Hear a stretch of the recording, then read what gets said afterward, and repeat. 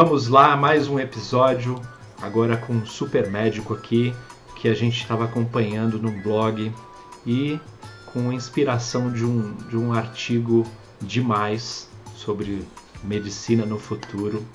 E a gente trouxe, o Flávio conseguiu um aceite no convite aqui, Dr. Regis Vieira veio hoje bater um papo legal com a gente. E ele pediu para a gente não fazer uma apresentação de encheção de linguiça, como o bom mineiro que ele é. Então, tá aí, o microfone é seu. Pessoal, Flávio, obrigado demais pelo convite, viu? É uma alegria estar contigo. Eu venho acompanhando o seu trabalho no Instagram e é um trabalho de grande valor, de diminuição de incerteza, sobretudo dos pais, né? Da população em geral e também, por que não dizer, de nós, colegas, que acabamos muitas vezes nos atualizando aí com seus posts e como médico de família e comunidade, acabo atendendo todos os ciclos de vida, inclusive a sua área de pediatria, muito me ajuda. Deixa eu contar uma coisa para vocês, eu sou médico de família e comunidade, né? Fui preceptor da residência de medicina de família e comunidade por um tempo, em Petrópolis e no Einstein, em São Paulo, e eu vou encurtar dizendo o seguinte, para além de estritos sensos da vida, eu desacelerei total, a Slow Medicine é real para mim. Eu tinha acabado o mestrado, entrei no doutorado na Unifesp, em São Paulo, e aí falei com meus colegas, tô voltando para Iruoca, tô voltando para uma EBS rural, vou voltar a trabalhar como médico de família e comunidade, vou dar uma parada nas aulas, porque a medicina para mim faz sentido em todos os cenários. São Paulo também era muito legal, mas estava na hora de eu tentar equilibrar tudo aquilo que eu discursava, que é equilíbrio entre a vida profissional, a atuação profissional e também viver a minha família, poder curtir a natureza. E aí o Flávio já me deu aí um spoiler que tem um queijo de Airoca com ele, já me deixa extremamente feliz aí. Quando eu terminar aqui o podcast, em sua homenagem, tem lá, eu vou fazer a propaganda logo, queijo Goa de Airuoca, que é da família do Regis. Eu não sabia, não foi nada combinado. Não foi combinado não. É um dos melhores queijos do Brasil. É medicinal, viu? Não pode comer numa boa. Mas enfim, eu queria agradecer muito a você, Regis, e dizer que eu tô trazendo você aqui até meio fora do que a gente pretendia de trazer. A gente traz no MCDcast nossos alunos, mentorados, etc. Mas me chamou muita atenção quando você trouxe aquele texto, né, no Slow Medicine. Eu vou pedir para você falar um pouco do movimento, mas falando isso do médico do futuro, né, eu também fiz 5 anos de medicina de família e comunidade após a minha formatura, me formei em 2000, até 2005 atuei, 2003, aí parei 2 anos e depois mais 2 anos, e eu sei o quanto é viciante do lado bom a medicina de família e comunidade, porque parece que é aquela medicina que a gente aprendeu, né, antes e se perdeu no dia a dia da medicina mais rápida. E, por outro lado, nesse texto, né, o Médico do Futuro, que está lá no blog Slow Medicine, você faz uma interseção entre o que é a medicina que a Slow Medicine prega, com respeito, com cuidado, com atenção, com mais tempo, com visão transversal, com transdisciplinaridade, com essa necessidade atual do médico estar fazendo o que a gente está fazendo aqui. Está trazendo informações por esse meio de difusão que é o digital, né?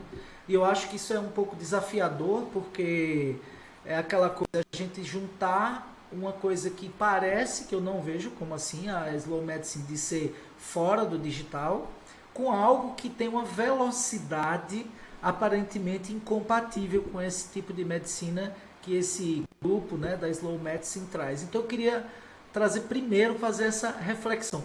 Onde é que a Slow Medicine se encontra com o digital? Provocação boa.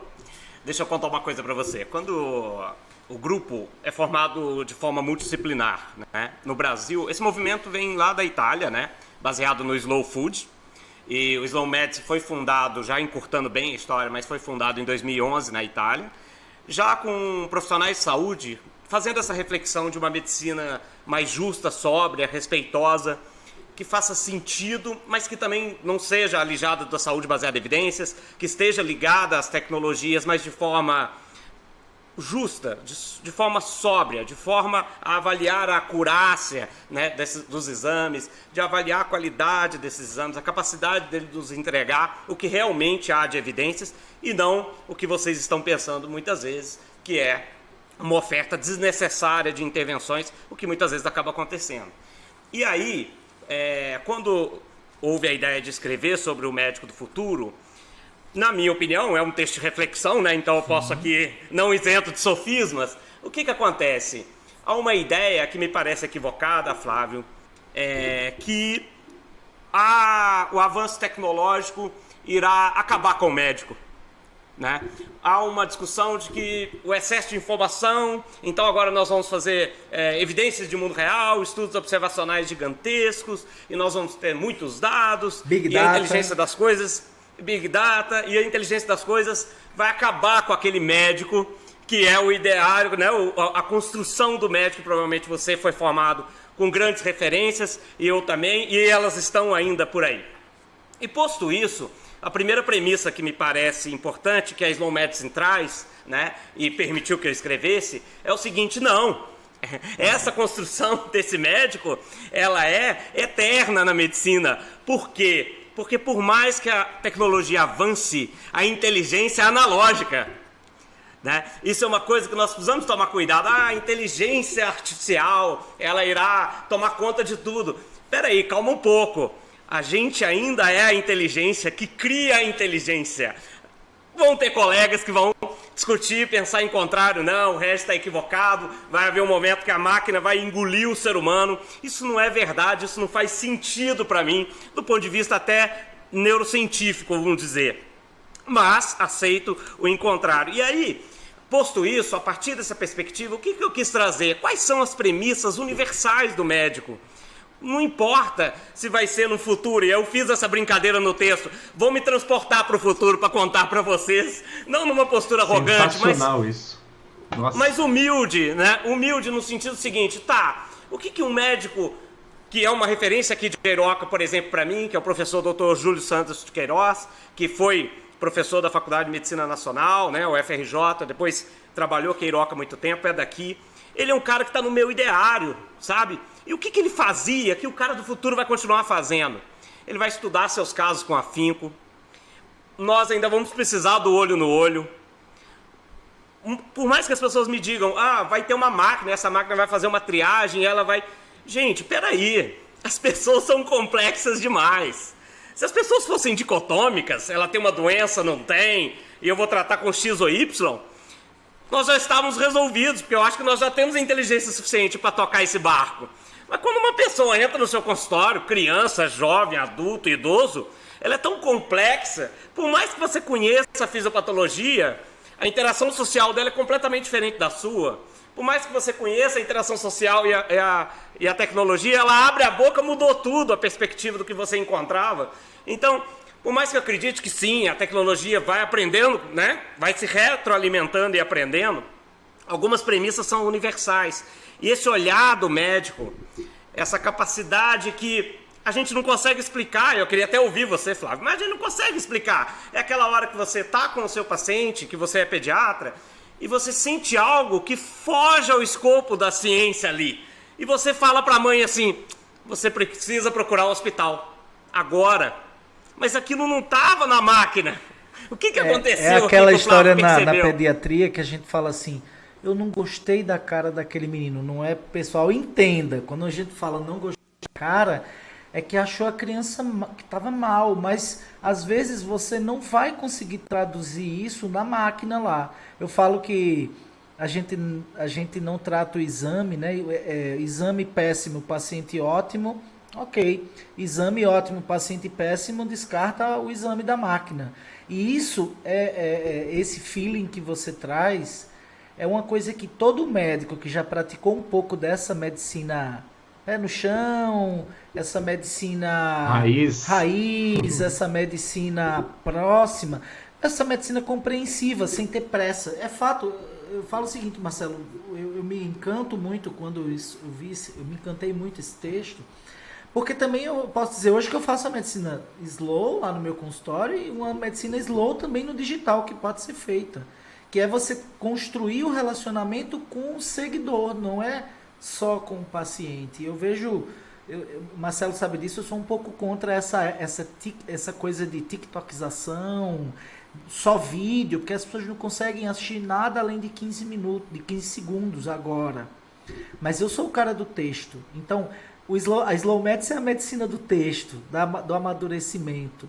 E eu concordo muito com você quando você diz assim, vai falar esse negócio, essa discussão de inteligência artificial aí na zona rural de Arauca, que o cara, quando olha, entra na porta do Dr. Harris, Dr. Harris estende a mão, o cara diz, doutor, só apertou minha mão, já estou melhorzinho aqui, já estou mais satisfeito, né? Então eu acho que é transcender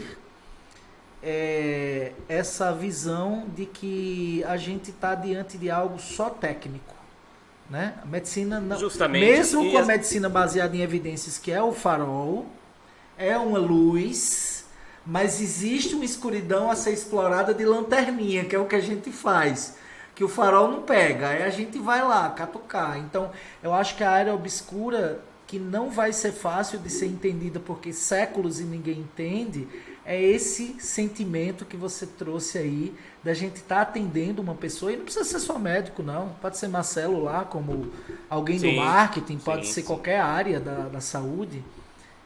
Tem uma coisa que vai além. E agora, claro, né, a gente usa os instrumentos que a gente tem, mas tem uma coisa que vai além. Obviamente. É óbvio, eu concordo demais. E outra, uma coisa também, que assim, é a provocação do texto. Quanto mais tempo de estrada, isso conta. Por quê? Há também uma falácia de que, por exemplo, a prática de saúde baseada em evidência irá engolir o tempo. Ou seja, se eu domino as técnicas de decisão individualizada do ponto de vista numérico, eu engulo você que tem mais experiência do que eu, que tem mais rodagem de estrada. Jamais. Isso, tudo bem que é um texto reflexivo, mas eu vou ser taxativo, jamais. Né? Quem viu 1000 coisas não é comparável a quem viu 100 coisas, 100 casos, 100 passagens. Isso, o texto também, você deve ter observado, você dá aula, ele foi voltado para o graduando, para ele não cair nessa falácia, porque isso é uma falácia. Né? Primeiro, de que a tecnologia vai nos engolir, a tecnologia vai nos auxiliar. É óbvio que você ter uma telemedicina é muito melhor. Eu estou aqui em Iruoca, eu poder ligar para você, fazer um teleatendimento remoto, você me orientar, me matriciar em pediatria, isso é fantástico. Né? É óbvio que eu acredito que a tecnologia, do ponto de vista de número mesmo, esses dados, né, do Big Data, como você citou, vai diminuir algumas incertezas? Acredito que sim, mas, porém, contudo, entretanto, o que está no texto também, que eu trouxe de reflexão, e eu quero muito que o graduando perceba, que o colega médico perceba, é que a grande dificuldade que a gente vai viver agora é separar o joio do trigo. Essa é a grande dificuldade, porque você vai ter informação o tempo todo. O tempo todo vai chegar um vírus novo, uma coisa nova, um tratamento novo. E qual é o papel desse médico do futuro? Vai ser ficar fazendo, decodificando tudo? Não, mas pelo menos ele saber separar o joio do trigo. Esse joio do trigo da infodemia, que foi o que, né, a Organização Mundial de Saúde colocou, essa é a grande dificuldade, entendeu, Flávio? Eu não sei se você está vivendo isso, porque eu vi que você produz conteúdo. Todo dia tem isso. Você deve sofrer isso o tempo todo, que é o quê? Um excesso de informação, a população obviamente vai ter acesso a isso mais rápido, cada vez mais rápido. E qual é o papel do médico do futuro? Decodificar isso do ponto de vista seguinte, o que aqui é barulho, isso.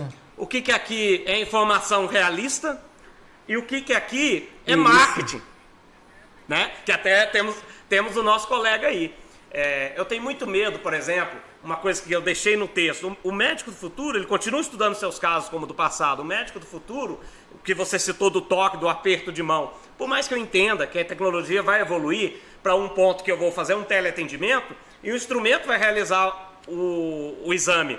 Mas vamos conversar sério aqui, isso não substitui o tete-a-tete, tá? Pode ter uma acurácia tão boa quanto, mas aí entra o que eu te falei, há o imponderável, há aquilo que não é palpável, que é a interação social, é a pessoa perto de você. é você sentir esse ambiente que a criança, no caso você pediatra, e eu com todos os ciclos de vida, nas coisas mais prevalentes, a gente consegue perceber no tete-a-tete. Então dizer que as coisas remotas irão substituir, não, irão nos auxiliar, aumentar a nossa capacidade de ser resolutivo. Ampliar, né? o escopo de atuação, né? Então, por exemplo, hoje, vou contar duas questões aí que casam com esses 2 pontos que você levantou. Sobre a infodemia, é desafiador. Médico também, mas como criador de conteúdo mais ainda, porque quando você cresce, né, você começa a receber inputs de todos os lados. Então, hoje mesmo teve uma história, hoje a gente está gravando aqui, teve uma história de um vírus novo lá na China. Eu digo, pronto, agora toda semana tem vírus novo em todo canto do mundo sendo detectado. Eu acho que o povo nunca parou para olhar num livro de virologia quantos vírus estranhos tem na Amazônia, que a gente nunca nem ouviu falar, não precisa nem sair do Brasil, né? E aí vem lá uma manchete de um perfil de fofoca, presta atenção, falando desse vírus estranho da China, o Langia vírus, que é um Enipa vírus. Eu nem sei o que é Langia vírus, nem Enipa vírus, eu nunca ouvi falar. E a gente vai se deparar com muito isso, você coloca até isso no texto lá. A gente vai falar muitos não seis hoje em dia, e as pessoas têm que entender que tem não sei mesmo. E aí eu fui pesquisar um pouco, aí eu disse, não, o Nipah vírus eu conheço, já ouvi falar, é brabo o vírus mesmo, mas eu vou ler um pouco. Aí fui lá na fonte original, que era uma correspondênciazinha lá no New England. E aí eu li, pô, beleza, o vírus foi detectado, mas ainda é uma zoonose, beleza, nada demais. Os pesquisadores marcaram um ponto importante na literatura, mas todo dia tem zoonose sendo monitorada e que traz preocupação. Fiz um post sobre isso e baixei a poeira falando um pouco dessa era clickbait, né? Que é aquela coisa só de chamar atenção, de colocar... Apesar de eu achar interessante para a gente contrapor a infodemia do mal, a gente tem que saber jogar o jogo da infodemia do bem, como eles jogam, né? É aquela história, não adianta a sobriedade onde tem esse barulhão aí de fofoca trazendo isso. Aí, outra coisa que você colocou aí é que eu não tenho dúvida que não vai haver substituição dessa medicina olho a olho, mas o digital, a teleconsulta, até o WhatsApp, hoje ele traz uma ampliação para o bem ou para o mal. Tem muito colega que está assoberbado de mensagem do WhatsApp, principalmente os pediatras, mas ele traz um ponto de aproximação que talvez não existisse antes. Eu falo isso porque eu faço telemedicina no SUS há 11 anos, um projeto aqui na Paraíba, de diminuindo as distâncias de crianças cardiopatas que, ao invés de ir para a cidade, da cidadezinha, do interiorzinho lá para a capital, para ver o cardiopediatra, ele vai aqui mais pertinho para mim, ou só no digital, e o cardiopediatra está aqui, eu estou aqui, e a enfermeira que está aqui, a mãe está aqui, e a gente resolve certas coisas por aqui. Então, complementou. Facilitou, né? Porém, é fato, e eu concordo muito com você, que a dimensão humana da medicina, ela ainda não se quantifica baseada em evidências.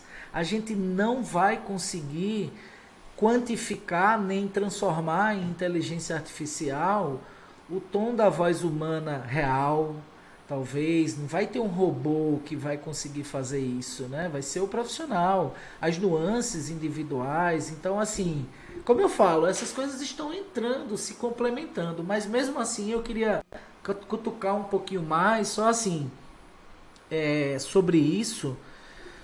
Como você imagina que hoje um cara que está se formando em medicina, né, e vai ter de um lado essa slow medicine dizendo para ele, olha, o bom médico que as pessoas querem é o médico que pratica essa medicina respeitosa, cuidadosa, etc. Versus essa necessidade de atualização constante, medicina baseada em evidência, Cochrane, últimos guidelines. Você que estava lá no Einstein, por exemplo, dando aula, dá uma angústia tentar equilibrar esses dois pratos na mão, né? Então, aí que entra, eu acho que a provocação do texto. A Slow Medicine também se serve da saúde baseada em evidência. A Slow Medicine também preconiza a revisão sistemática, por exemplo, da Cochrane, que você colocou, como o melhor nível para decisões de intervenção. A Slow Medicine também respeita o uso das tecnologias, mas aí estão palavras embutidas. Uso apropriado da tecnologia, análise crítica dessas evidências, porque tudo hoje virou evidência, mas evidência do quê? Qual é a certeza dessa informação, né? O quanto que ela diminui a sua incerteza ou ela aumenta a sua incerteza.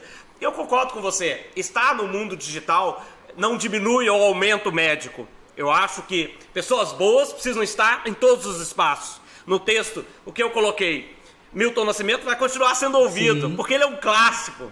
Ele é um clássico. E ele diz, né, eu cito essa parte no texto, o artista tem que ir onde o povo está. O médico, óbvio que ele vai estar inserido no Instagram, no Twitter, no Facebook, mas lá qual é a postura slow? Sóbria, é a postura respeitosa, é a postura sóbria, é a postura de análise crítica, igual você fez, dessas evidências que não são evidências, dessas coisas que querem assustar a população, quando na verdade foram 35 pessoas avaliadas e a maioria são sintomas leves, ninguém morreu ainda. Pode ser que aconteça? Não sei, isso é evidência do momento, você está analisando aquilo, você não está causando mais caos onde não há, né?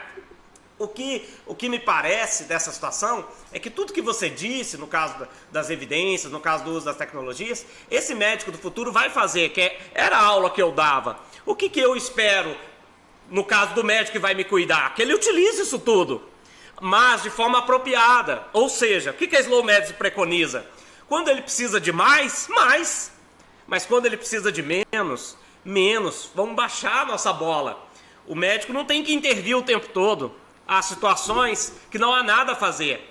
Há uma ilusão do controle, aí sim, na interpretação errônea dessas evidências muitas vezes, uma certa ilusão do controle do médico de que tudo que ele faz é bom. Não é. Ou então em tudo que ele faz, ou então em tudo que ele faz, você tem um benefício. Não tem. Qual é a margem desse benefício? Quantas pessoas iguais ao ser humano que está na minha frente eu deveria intervir para ter um benefício? Essa avaliação da magnitude do efeito individual, como esse médico do futuro vai fazer isso? Ou ele vai olhar de forma geral? Porque o colega do marketing aí está aí para falar muito melhor do que eu. Você começa a segmentar populações, criar idades, criar jeitos de pensar para o marketing. O ser humano que entrou na sua frente, você não vai classificar. Você é milênio, então você pensa assim, não sei. Abre a boca para eu ver quem é você. Pode ter um velho de 18 anos diferente. E um jovem de 70 anos na sua frente, né? Completamente. Essa segmentação, essa é a crítica. O médico do futuro precisa estar muito atento a essa nuance, que aí o cara do marketing vai dar um show, que é o seguinte, você pode estar sendo ludibriado, não por evidências, mas por um mundo que está te segmentando para vender. E você, como médico, está entrando nessa onda. Quer dizer, entra uma pessoa de 65 anos, eu já rotulo. Aí ela pensa assim, ela age assim, né? Não sei. Essa humildade do não sei também nesse aspecto, entendeu, Flávio? Peraí, o Rubem Alves, ele fala uma coisa fantástica. Ele fala o seguinte, todo mundo quer vender curso de oratória. Eu estou disposto a vender um curso de escutatória. Eu acho que o médico do futuro... Justamente, e ele achava que ninguém ia comprar, porque ninguém quer escutar. Ninguém quer escutar. A pessoa, ela te julga de antemão, né? O médico do futuro vai continuar a precisar escutar muito mais até. Porque, não sei, essa é uma reflexão também que está embutida no texto. O excesso de tecnologia tem um lado positivo, inúmeros a gente citou aqui. Você citou até o mesmo exemplo, você conseguir discutir um caso com um cara referência que está em São Paulo e eu aqui no sul de Minas, numa cidade de 6 mil habitantes, isso é fantástico, né? Conseguir realizar um exame e compartilhar. Só que ao mesmo tempo, há estudos demonstrando uma certa queda do QI médio. Olha que coisa louca, a inteligência está diminuindo. O que está acontecendo? Nós estamos usando a tecnologia de forma equivocada em alguns momentos, né? Como é que esse menino aprende? Como é que esse nosso paciente aprende? Ele aprende com a interação social. Nada é tão poderoso quanto um papel e um lápis ainda. Pelo menos ainda. Então, eu acho que a gente precisa baixar a bola, entendeu, Flávio? Achar que rede social vai nos ensinar totalmente, ou que a tecnologia vai resolver tudo, que a educação agora é dar um computador para uma criança. Menos, essa é a hora do slow, sabe? Peraí, o lápis, um caderno e as brincadeiras ainda são mais potentes do que uma caixa que me informa o tempo todo. E o contrário, né? Passivo. Na pediatria, Por que eu tô falando de pediatria hoje, a gente está tentando lutar contra esse efeito das telas nas crianças, porque eu falo que é anormal em termos de potência e em termos de consequência, aquela exposição que a criança está tendo. Então a gente está lutando, parece assim, o nadar contra a maré. O pediatra está falando, olha, até os 2 anos evita, não expõe teus filhos a telas, né? Então eu penso que, trazendo de volta um pouco disso que você falou, assim, do QI está baixando, eu acho que também a gente está navegando em muita superficialidade, inclusive no próprio aprendizado, né?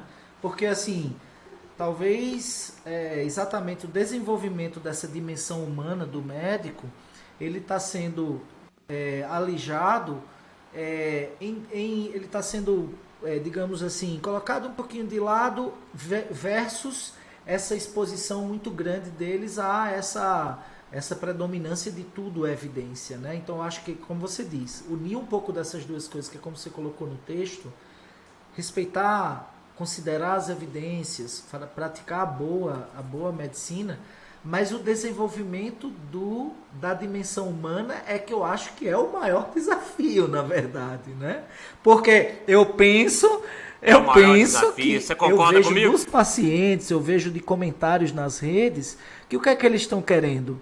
Um médico mais escutador, um médico atencioso, que seja capaz, que tenha capacidade técnica, mas que, especialmente, trazendo essa coisa recente que você falou, olhe ele como um indivíduo único, sem encaixar ele, sem enquadrar ele em nenhuma classificação, né? E talvez aí é onde as evidências às vezes escorreguem, porque ela tenta ao contrário, ela tenta equalizar o máximo e comparar grupos, atribuindo, digamos assim, aquelas características de base para os grupos a serem comparados, mas as características que ficaram de fora, será que elas importam também no resultado? Tanto é que dentro das próprias evidências existe contradição.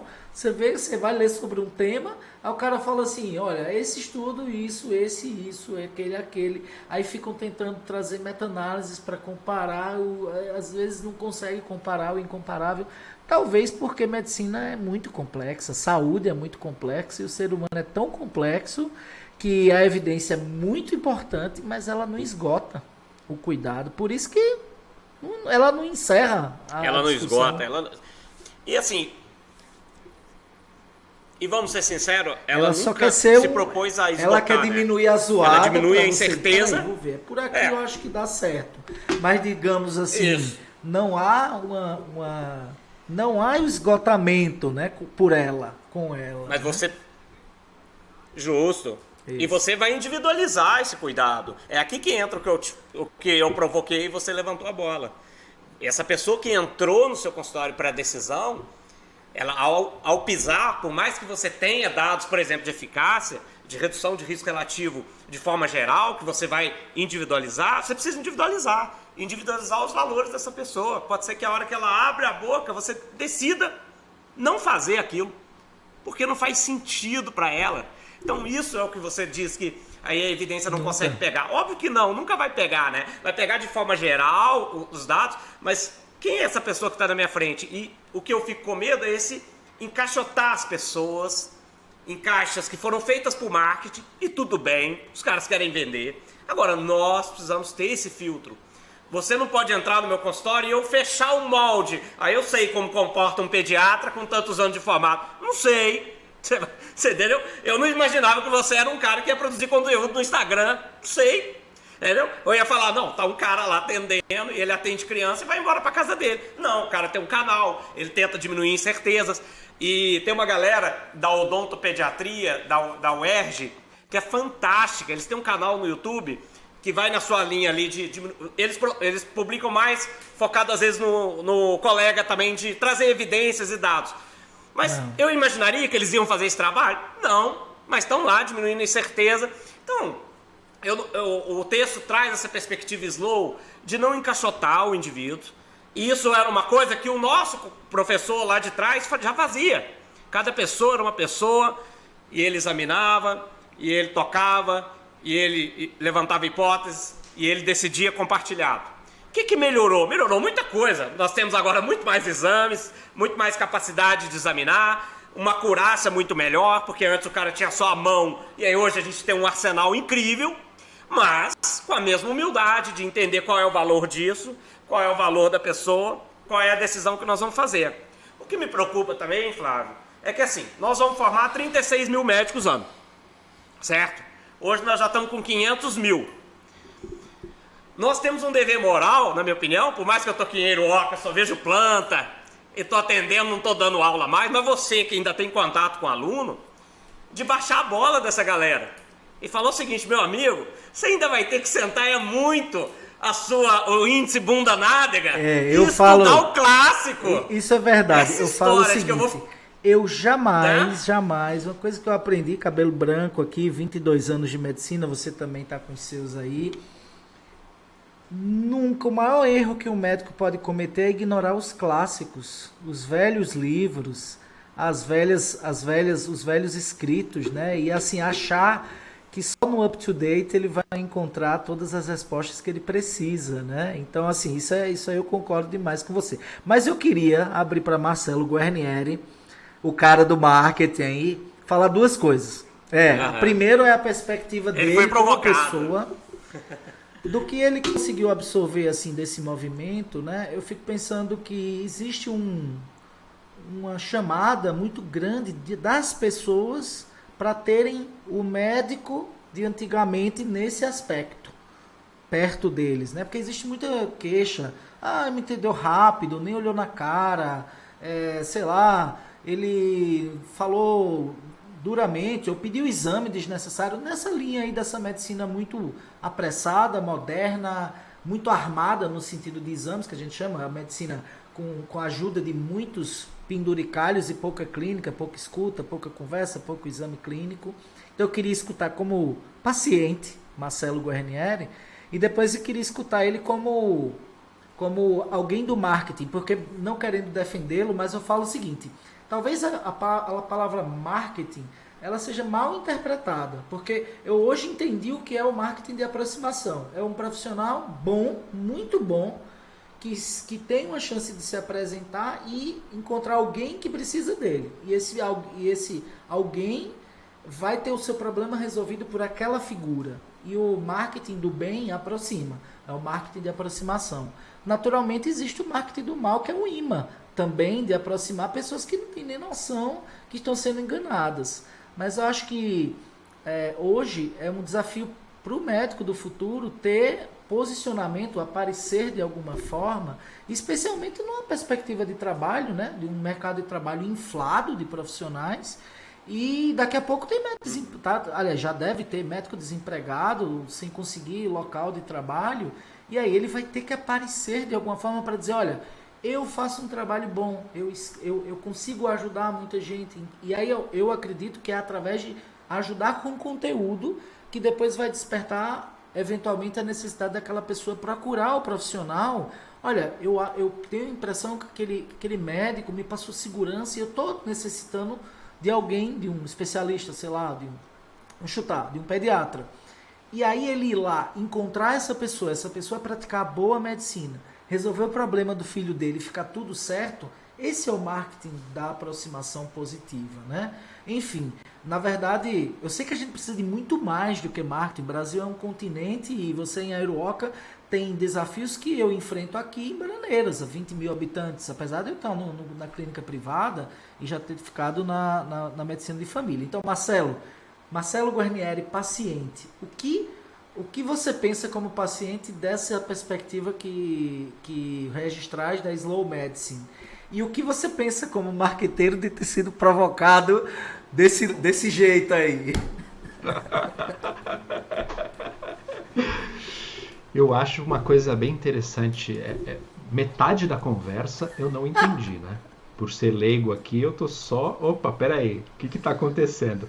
Mas o que eu consegui pegar é que essa coisa do 1 a 1, ela também está acontecendo no marketing, né? Também tem o marketing do 1 a 1 e é uma tendência.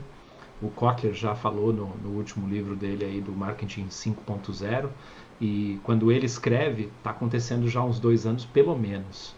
Então, já tem essa necessidade da gente trazer a pessoa que é mais certa, com o objetivo do marketing. O objetivo do marketing é servir. O problema é que distorcem a coisa e arrumam um jeito de, peraí, vamos vender mais. Legal, vamos vender mais, mas para as pessoas certas. O produto certo para a pessoa certa, para resolver o problema dela. E aí isso acaba sendo distorcido mesmo, e a maioria das pessoas tem essa imagem do marketing. Mas como leigo do paciente, assim, eu tenho uma preocupação enorme com essa coisa de que todo mundo tem informação rasa, né?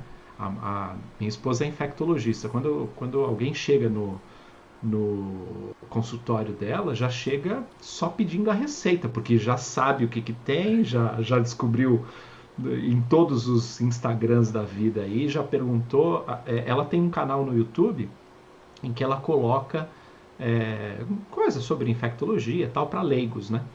E às vezes ela tem um vídeo de gonorreia que o cara do comentário pergunta ele fala: eu resolvi o meu problema, eu estava assim, assim, assado, demorei X tempo, mas eu tomei tal remédio. O cara de baixo no comentário pergunta: eu também estou com o mesmo problema, qual a dosagem que você usou? Ali, sabe?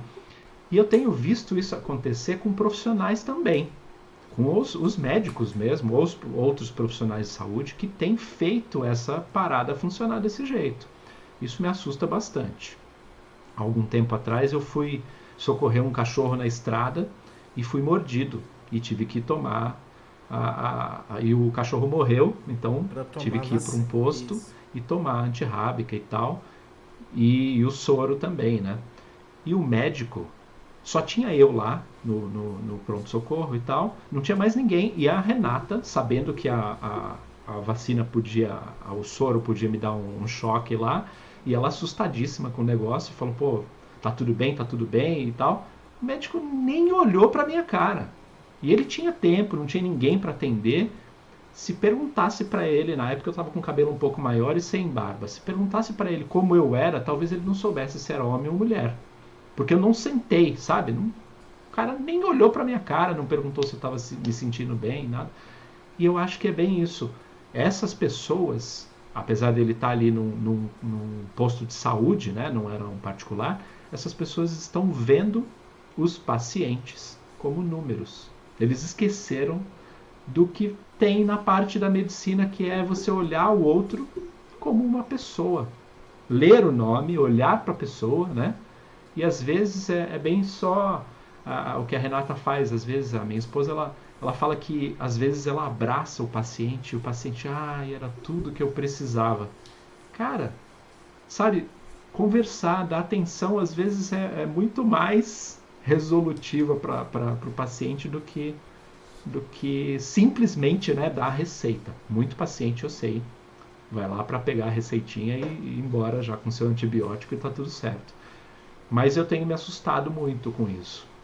E essa perspectiva que você traz... Sim, eu tenho esse livro aqui. Tem um livro chamado A Arte Perdida de Curar. Tá aqui Caramba. do lado. Você tem esse livro aí, né?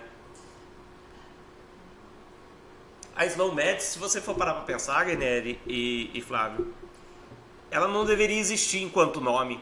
Como medicina baseada em evidência também não deveria existir como nome. Como medicina humanizada não deveria existir, porque pediatria, é tudo medicina, é tudo saúde. Não é pediatria quando integral, ou como é que eles estão falando agora, não sei como é o nome daquela...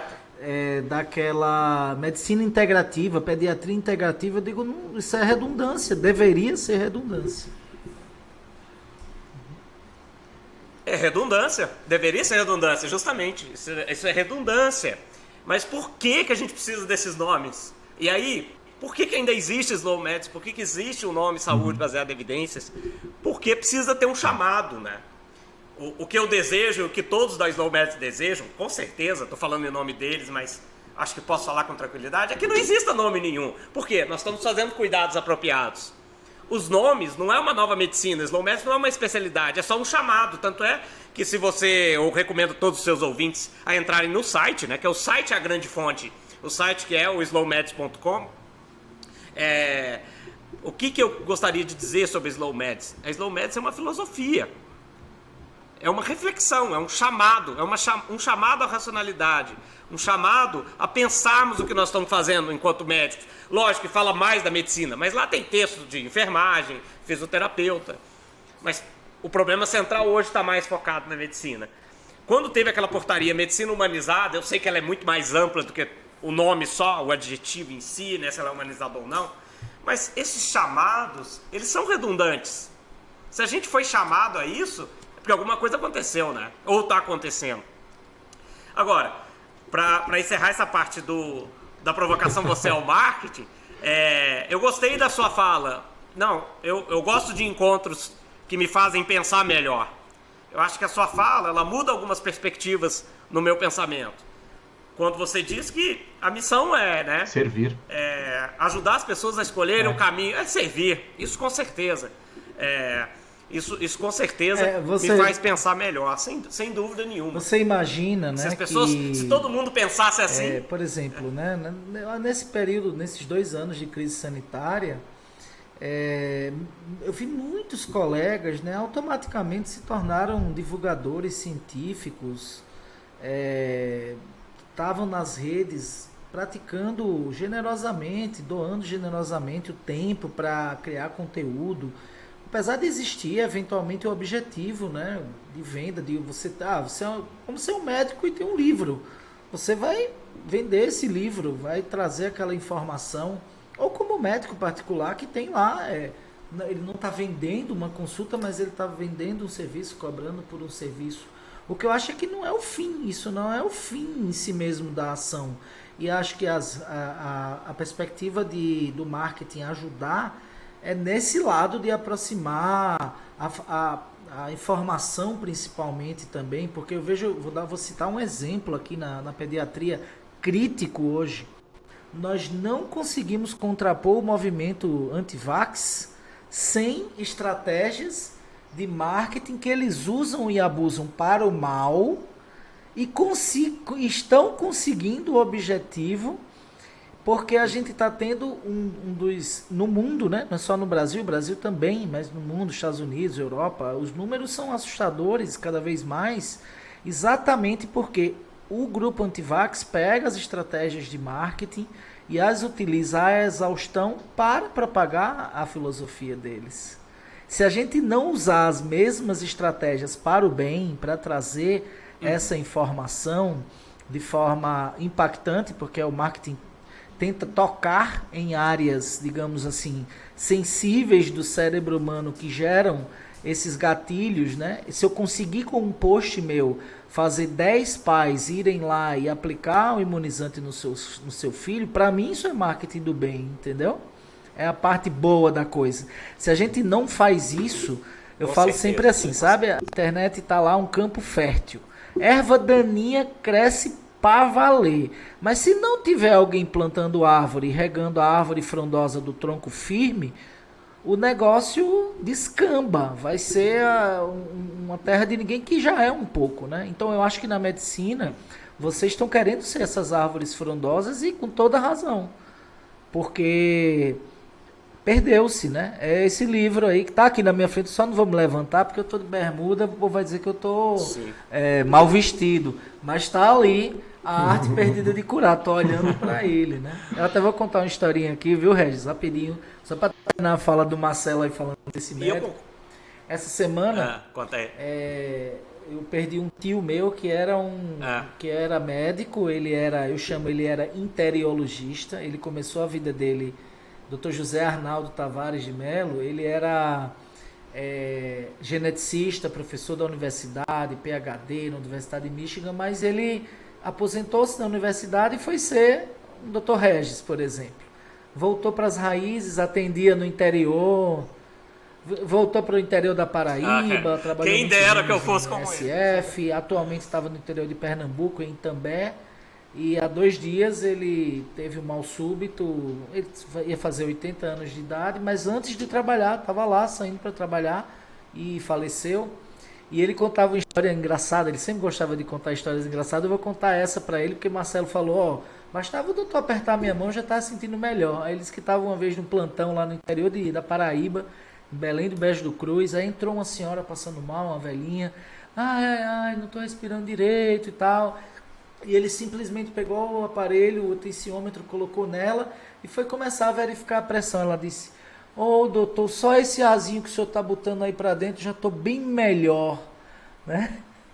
Então, assim, isso para mim, né, e aproveitando isso e homenagear ele, é resgatar o que a evidência não mostra, né? O cuidado, o toque que ele pegou nela. Vem cá, minha senhora, minha velhinha, senta aqui, deixa eu dar uma olhadinha na sua pressão. Botou o aparelhinho, Back to base. começou a verificar, ela disse, esse azinho, só ele já me fez melhorar. Então eu acho que eu enxergo muito essa... que não tem dicotomia entre slow medicine e nada, né? Não tem dicotomia também entre a medicina baseada, tem complementaridade. Vocês estão lutando, como você mesmo disse, de trazer esse slogan, essa fala e esse termo, né, para dentro da medicina de verdade, para lembrar, pô, ó, precisa ter isso aí na medicina, né? Chamar atenção, né, para perfeito. isso. Precisa chamar atenção para esse equilíbrio. E, sobretudo, por exemplo, colegas como você, que tem muitos seguidores, né? É uma responsabilidade incrível. Enorme quando você publica alguma coisa. Por isso que, assim, eu respeito muito o trabalho de vocês. Porque você tem uma responsabilidade enorme. E esse zelo, que vocês continuem assim, com esse zelo ao cuidado, porque você tem que lembrar quem está lendo aquilo, né? Está lendo aquilo o paciente, está lendo aquilo o colega que vai replicar aquela informação, muitas vezes equivocada, de alguém que fez aquilo só para ganhar cliques. Eu acho que essa parte, e eu concordo plenamente com você, a gente precisa estar nessa frente de luta, né, por cuidados apropriados, com todas as redes possíveis e imagináveis. A Slow Medicine, ela escolheu o site por uma questão que até você citou no início. A gente acredita muito ainda no texto, né? Na capacidade da pessoa ler aquele texto e parar para refletir. Sim. Mas também está no Exatamente. Instagram, também está no LinkedIn, também está em todas as redes sociais, entendeu? E na verdade falta até braço para produzir mais conteúdos de forma com essa visão específica de atingir públicos diferentes. Então, é mais ou menos isso. Sim, e fico sim. feliz de ter lido um texto médico nessa linha aí de apresentar Slow Medicine.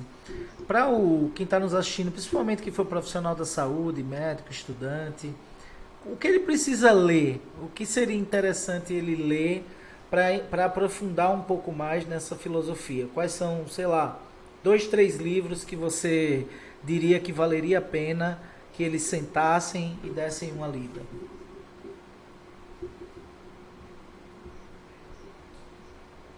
Não, legal. Do Slow já é um Medicine, livro, eu vou te ser bem sincero, Flávio. O site já está tão rico, tão rico, tão rico, tão rico. Ele já é um livro, cara. Ele só não foi publicado como livro pelo trabalho que você sabe que dá. Mas lá tem uma miríade de textos voltados a áreas específicas e áreas gerais, né? Slow Medicine na oftalmologia, Slow Medicine na pediatria, Slow Medicine na enfermagem, Slow Medicine... Óbvio que lá também nós temos livros que embasam a Slow Medicine. A Arte Perdida de Curar é um deles, né? A Ana Lúcia Coradazzi tem um livro voltado à Slow Medicine, que também está lá, tá? A Ana Lúcia Coradazzi é uma colaboradora, né, uma das líderes do movimento. Ela tem livros já da vida dela, ela é uma escritora e tem livro voltado à Slow Medicine, né? Tem um livro da Vera voltado à Slow Medicine e cuidado paliativo. Aí você vai falar, onde estão essas listas de livros? Está dentro do próprio site. Quem entrar no site slowmedicine.com.br vai ver que existe uma lista lá de filmes e livros. Quando você clica na aba de livros, nós temos várias referências, né? Por exemplo, um deles que está aqui é Como e Por que Envelhecemos. A Slow Medicine, algumas referências americanas. Tem 2 livros de um dos pais da Slow Medicine na Itália, que é o Marco Bobbio, que é o Doente Imaginado, o primeiro livro dele, que até foi o lançamento do Slow Medicine no Brasil, em 2014, com o Zé Carlos Campos Velho. Tem o último livro dele, que chama Medicina Demais. São livros que trazem essa reflexão, né? O Marco Bobbio até traz mais essa pegada da saúde baseada em evidências, trazendo essa discussão dos valores dessas intervenções dentro do próprio livro. Então ele vai trazendo exemplos ali, Flávio. Vale a pena de ler demais, o Doente Imaginado e o Medicina Demais. Ele conta casos clínicos mesmo e vai contextualizando para o médico e para o leigo, é uma linguagem acessível ao leigo, que ele entenda o que está acontecendo, onde está o exagero e onde está o cuidado apropriado. Dentro do site também, nós temos uma parte que a Ana Lúcia Coradazzi cuidou por muito tempo, que são os casos clínicos. Aí ela cria o caso clínico Fast Medicine e depois o Slow Medicine. E mostra onde está o ponto. A gente coloca aqui abaixo. Né? Então eu vou deixar o link com você, depois você conseguir divulgar, né? Nos stories, não se preocupe que é fazer questão de trazer todas essas informações para aumentar a difusão aí desse movimento. Que já é grande, que já é muito grande. Outra coisa que eu queria que você dissesse, assim, sem dúvida. Você já tem, como eu, uma larga experiência no dia a dia da medicina, né? Então, em poucas palavras, sem trazer tudo aquilo que está no texto, que eu recomendo para o pessoal, o Médico do Futuro, né? Que está lá no slowmedicine.com.br, mas o que é que você diria para chegasse um estudante hoje lá na sua unidade de saúde lá rural, em Aipoca, e ele te pedisse conselhos, os conselhos que depois dessa estrada aí que você tem, os conselhos para o caminho que ele iria trilhar diante daquilo que você já vivenciou. Alguns conselhos. Olha, Flávio, eu vou dizer o seguinte. Quanto mais eu estou caminhando, mais eu vejo que os meus grandes mestres, os profissionais mais experientes, estavam certos. Tudo que eles falavam e eu criticava, e achava que ele estava equivocado porque a tecnologia ia fazer isso, ia fazer aquilo, ou que ele não tinha uma visão correta de evidências, era uma visão estritamente fisiopatológica, que ele estava centrado em apenas livros e não lia muitos artigos, mas eles tinham habilidades e capacidades interpretativas que eu não tenho. Eles evoluíram em campos que eu ainda não evoluí. Eles leram áreas que não são só medicinas que eu ainda não li. Então, se eu pudesse falar com meus colegas que estão muito mais próximos de mim do que dele, né, do que desses grandes mestres, eu diria o seguinte: naquele dito, leia tudo, mas não leia só medicina. Nem medicina sabe, né? Continue. Nem medicina sabe. Continue estudando seus casos. Não fique refém de aplicativos de decisão. Porque estudar seus casos ainda te leva ao próximo nível. Eles sempre disseram isso e eu achava, esse cara não faz sentido, porque os aplicativos têm todas as respostas hoje, né? Como tratar X, como tratar Y. Mas a gente está vendo que na hora que a gente encontra o paciente, o que levou você ao próximo nível? Encontrar outro paciente como aquele. É isso que faz diferença. Então, e a tecnologia? Eu iria fundo. Iria conhecer tudo, como eu quero conhecer, né? Tô super jovem, quero conhecer metaverso, quero estar em todos esses cenários. Por quê? Porque a gente precisa conhecer.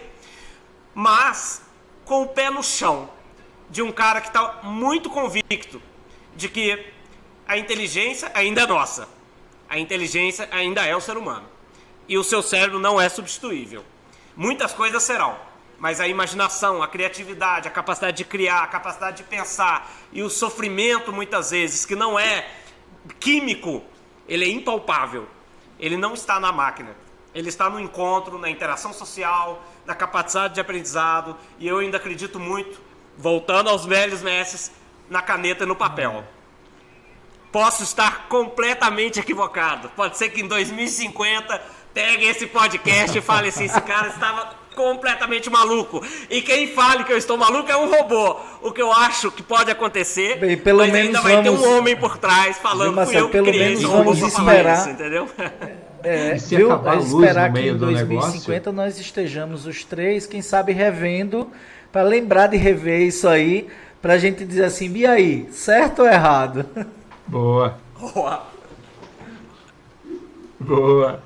Se acabar a luz no meio da cirurgia, Boa, a boa. coisa tem que funcionar, né? Se o cara não tiver conhecimento do básico, ele não vai saber o que fazer sem a coisa toda elétrica, né? Eletrônica, digital. É importante. Esse é um campo, por exemplo, que a medicina já está operando Pois é. sozinho os robôs, né? Mas eu sempre penso, quem vai criar esses robôs? Quem pensa o robô? Então, Sim. sempre haverá espaço para o médico em vários cenários, né? Inclusive, isso eu não acredito que vai ser um problema. Pode ser, até o Flávio citou, acho que médico vai ficar desempregado. Não vai Não sei, acontecer. tem muito campo, né? Sim. Para os bons médicos, acho que continuam as mesmas premissas em qualquer área. Na verdade, continua. Eu acho que são as mesmas premissas que aconteceu com o odonto, que aconteceu com outras áreas, que também ampliaram o número de profissionais vertiginosamente, mas você continua encontrando aqueles mesmos colegas que sempre foram referências, continuam sendo em relação a referências. isso que você acabou de dizer sobre esses conselhos aos colegas, né? Eu vejo, volto a isso, né?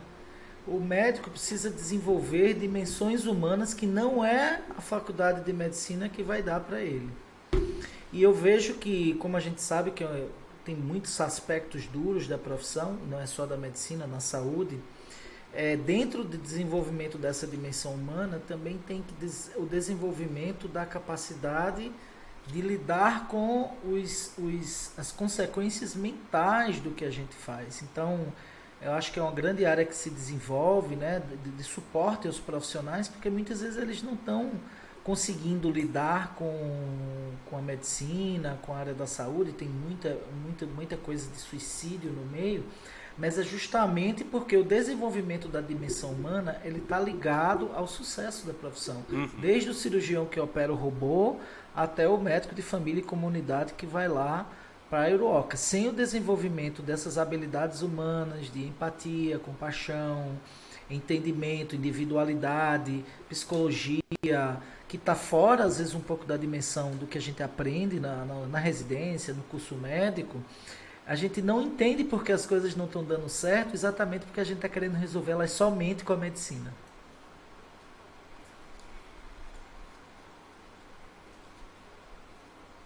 Sim, e você tocou num ponto que eu sei que a gente está caminhando aí pro encerramento, mas eu queria só deixar esse alerta junto contigo. Os nossos colegas estão doentes. E é fácil perceber porque nos encontros eles estão doentes, nas falas eles estão doentes, no olhar eles estão doentes, na empolgação eles estão doentes. E doentes do quê? Saúde mental. Não tá legal. Por quê? Porque a gente esqueceu que é um clichê, mas é verdade. Nós somos 4 pilares que precisam estar sempre atentos. O espiritual, a psique, o emocional, o físico, não é verdade? Então, o que acaba acontecendo? Nós ficamos voltados só para a profissão, muitas vezes. Agora falando com o nosso colega, é só a profissão, é só a profissão. Mas onde está o seu físico, o templo que você está cuidando? Você está cuidando bem dele? Onde está o seu emocional? Você está cuidando como? De como você pensa, como você está vendo o mundo. O terceiro, como você está cuidando da sua espiritualidade, independente de qual seja. Né? E o quarto, como você está interagindo com as pessoas. As pessoas têm orgulho de falar que estão trabalhando o tempo todo. Isso não deveria ser orgulho. Orgulho de falar que não tira férias. Eu não vejo orgulho nisso. Eu não estou falando isso porque agora eu moro num sítio em Eurooca. Eu já pensava assim. Eu nunca vi graça nisso. Ah, faz 10 anos que eu não tiro férias. Não faz sentido. Você está doente cuidando de pessoas que estão em sofrimento. Achar esse equilíbrio é fácil? Lógico que não. Porque a gente está aqui 9 horas da noite batendo papo de saúde. Mas eu tenho certeza que você vai sair daí e vai fazer outras coisas que fazem sentido pra você. Eu vou assistir o jogo do Galo contra o Palmeiras. Nós vamos viver a vida, não é verdade? Então o Slow Medicine também traz essa perspectiva de um olhar cuidadoso e carinhoso com o nosso colega.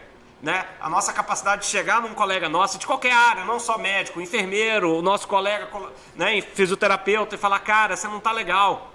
Você não tá legal, eu tô percebendo que você não tá legal. Né? Isso é uma coisa legal que você falou no fim. Não tem nada a ver com a nossa live, mas tem tudo a ver. Tem tudo a ver. Porque esse colega vai cuidar da gente. Vai cuidar da Mas gente eu acho também, que ele tem precisa a ver, estar bem. sabe, Regis? Eu Não acho que tem 100% muito que a ninguém ver. tá, Tem, mas ele porque, precisa estar equilibrado. né? E Eu tomar acho que muito praticar cuidado. muito da angústia Tem a do ver, né? profissional, do médico, é exatamente por perder a capacidade de enxergar o que tem de fora da medicina e trazer para dentro da medicina o que é importante que está de fora. Se ele está dentro da profissão o tempo todo, nada faz sentido fora, perde-se o contato com a família, busca-se o que não se conseguirá jamais encontrar e vai ser o dinheiro pelo dinheiro e, na verdade, eu acho que é importante ter estabilidade e ser bem remunerado, mas eu acho que no fundo, eu não sei você, mas eu sempre digo assim, o que me dá mais prazer é ver aquela criança que chegou há 2 dias e você com dor, você volta a ela daqui a 2 dias e você pergunta para a mãe, e aí? Ah, conseguiu dormir hoje, não teve dor. Pronto, aquilo é o que a gente quer, né? Aquilo é o que a gente quer. Eu tô lembrando aqui de um caso dessa semana, adenite mesentérica, que é uma inflamação que pode ocorrer normalmente após vírus. A criança sente dor abdominal enorme por vários dias. Se pensa que é apendicite, etc. Eu lembro de ter atendido essa criança no início da semana e meu Deus do céu, olha aí as evidências. Eu não encontrei nada que eu pudesse dizer assim, meu Deus, o que é que eu vou fazer a mais do que eu estou fazendo? Mas enfim, resolvi mudar um esquema, fazer um anti-inflamatório numa dose um pouco maior para ela por poucos dias, porque a mãe disse, faz 2 dias que eu não durmo. E eu lembro de atender ela hoje, pedi para ela voltar hoje, e a mãe disse, ontem dormimos. E apesar dela sentir dor, tá melhor. Não pedi ultrassom, não pedi nada, eu tô aqui em Bananeiras, não tem facilidade desse exame não. Mas eu dei confiança para a mãe, que era isso, meu diagnóstico era esse, ela ia melhorar. E eu falo que aquilo ali para mim me fez tão bem, me deu um prazer tão grande ver aquela fala ali, aquele resultado, e examinar e ela tá bem, que eu acho que é isso. A Slow Medicine, ela prega se fazer a medicina por este fim, né? E é por isso que eu trouxe você aqui, e eu acho que o médico do futuro deve buscar ter essa sensação de ajudar de forma com a melhor medicina possível, mas também sendo o humano possível dentro dessa outra dimensão que a gente vê que vocês querem resgatar. Para o paciente agora, as pessoas, médico não é infalível, ok? Médico não é infalível, pessoal. Você vai encontrar médicos, né? Nós não somos infalíveis. Isso é uma coisa que a gente precisa falar. E nós sabemos que não somos. Não só podem falhar, como também podem não saber o que está acontecendo na frente dele. E o que é mais importante é eles nunca perderem a capacidade de buscar a resposta que eles não sabem, mas aceitem o não sei, tentem aceitar às vezes o erro, que se não for intencional, ele faz parte da vida, né? E principalmente, né, coloquem o seu médico no mesmo patamar que vocês sentem. Mesmo que ele se coloque num pedestal, eventualmente existe essa impressão, justamente. Não existe isso. A gente está no mesmo barco e no mesmo nível, né? Mas é isso, viu, Regis? Muito obrigado mesmo. Eu fora queria trazer esse papo completamente sem roteiro, sem nada. Do escopo aqui, do script do podcast, sem roteiro, sem nada. E principalmente desafiar as pessoas que assistirem aqui a comentarem, deixarem suas impressões aqui. Mas principalmente buscarem a Slow Medicine, os colegas. Vai lá conhecer um pouco o que é, né? Ver se isso pode te agregar na tua prática do dia a dia. E pratiquem a humildade de talvez enxergar na Slow Medicine algumas habilidades que você precisa desenvolver e não desenvolveu com o teu paciente.